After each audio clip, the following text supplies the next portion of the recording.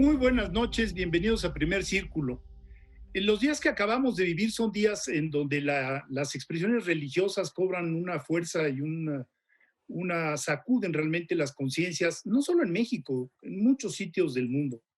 Y esto merece reflexión más en tiempos de pandemia, en donde, pues, de alguna manera los creyentes se han enfrentado a la disyuntiva de si continuar con sus rituales clásicos o tratar de cuidarse y no salir de casa.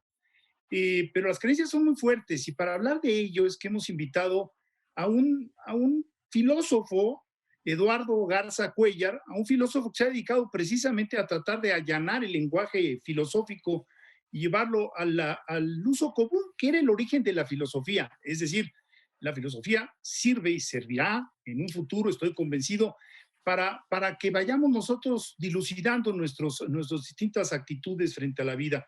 Eduardo, muy buenas noches, bienvenido a Primer Círculo. Muchísimas gracias, Federico. Es un honor estar con ustedes. ¿Cómo viste? Yo vi una estadística pues muy triste para algunos, en el sentido de que la asistencia a los templos había caído dramáticamente por la pandemia. Sin embargo, bueno, para los creyentes estos días, templo o no templo, son días muy especiales, ¿no? ¿Cómo leerías todo esto? Pues mira, evidentemente este universo, este tema de la pandemia toca todas nuestras realidades y es algo, como sabemos, inédito, como sabemos, mundial, multifactorial, ¿no? Y en el caso específico de las expresiones de la fe, pues evidentemente no es la excepción, ¿no?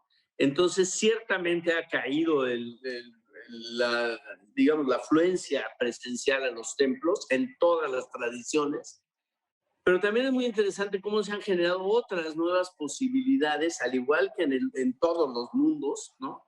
Yo, por ejemplo, he descubierto, eh, pues no sé, predicadores y fórmulas en España, en Roma, a las que jamás hubiera accedido y que tienen una popularidad increíble y que se expresan de una manera distinta, que alguien podría pensar que no es genuina y que a mí me parece tan genuina como cualquiera. Evidentemente, como tú sabes y hablas de los rituales, de la importancia de la ritualización en la vida, mucho más allá del orden religioso, bueno, pues nos hace falta la materialidad, pero como en todo, yo terminaría diciendo parejo, como en el mundo intelectual, como en el mundo laboral, también en este universo. La gente regresará en la misma proporción a los templos, no sabemos, tampoco sabemos si a los trabajos, tampoco sabemos si eso, no somos la excepción en nada, yo creo. Esta es la expresión, digamos, como bien dices, de la crisis viral, ¿no? Todas las actividades humanas han tomado una distancia. Ahora, en el caso de la religión, juega un papel particularmente importante en un momento de tanto duelo familiar. ¿Cómo explicar esta tensión entre la distancia que te obliga la pandemia y la necesidad de religión para muchos a los que requiere la pandemia? ¿Cómo lo ha resuelto la iglesia? ¿Cómo lo han resuelto los creyentes? Porque ya hay una tensión bien difícil. Es cuando más quieres al cura junto.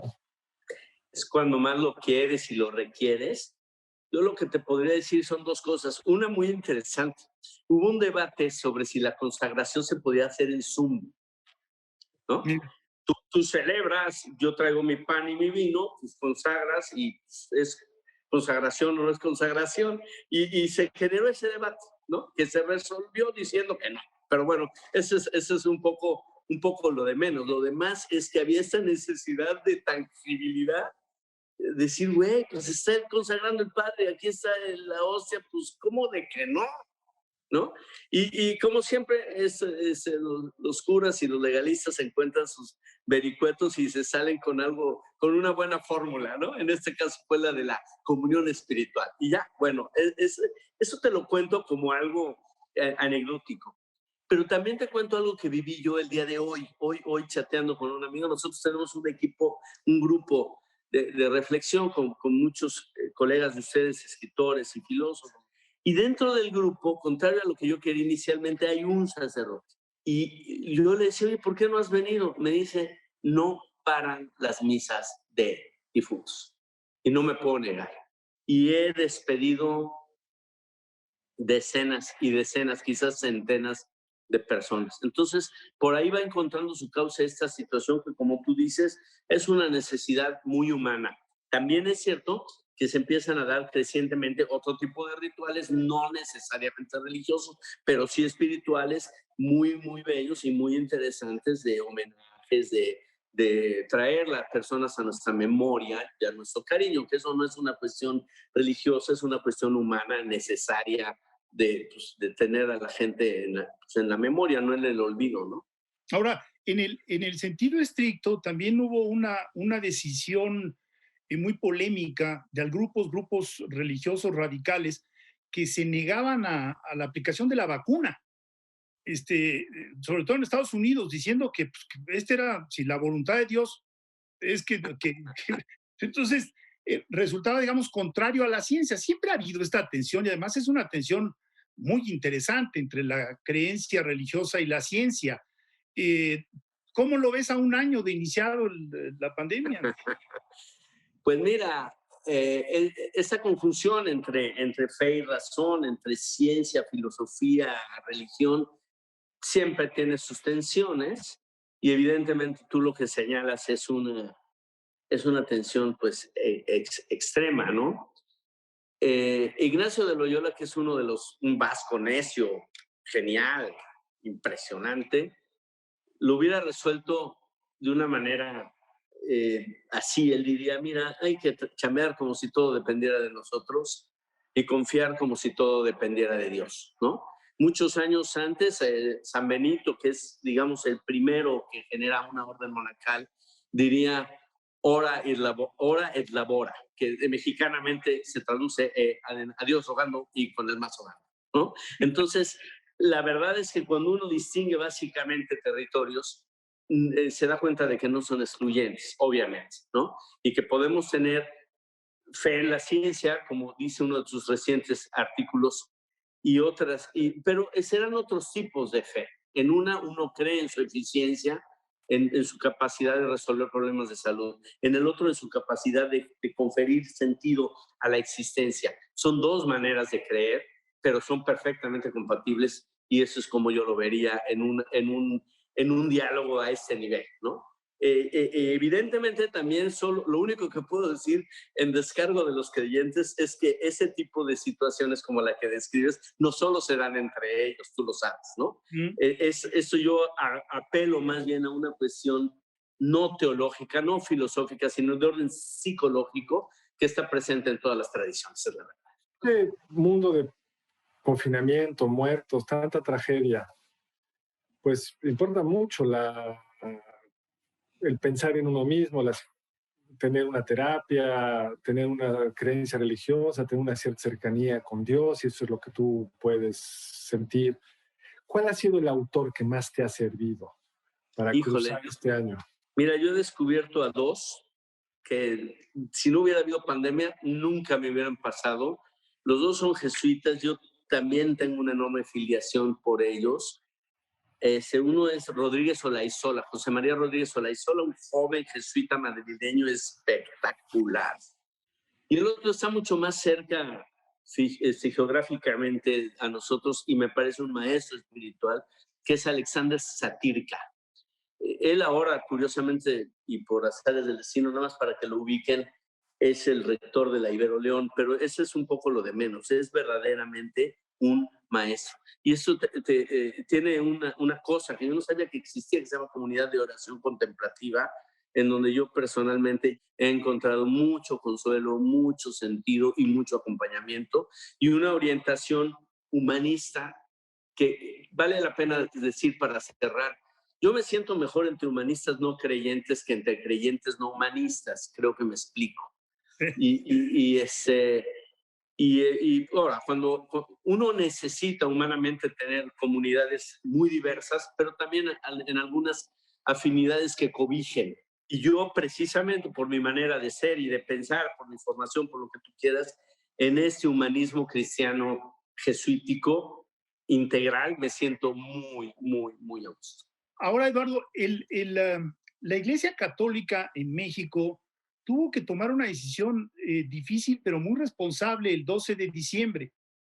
Es decir, cuando estamos acostumbrados a que entren a la Ciudad de México 5 o 6 millones de personas, no sabemos muy bien cuántos, a festejar a la Virgen de Guadalupe, la Iglesia logró lo que el gobierno no.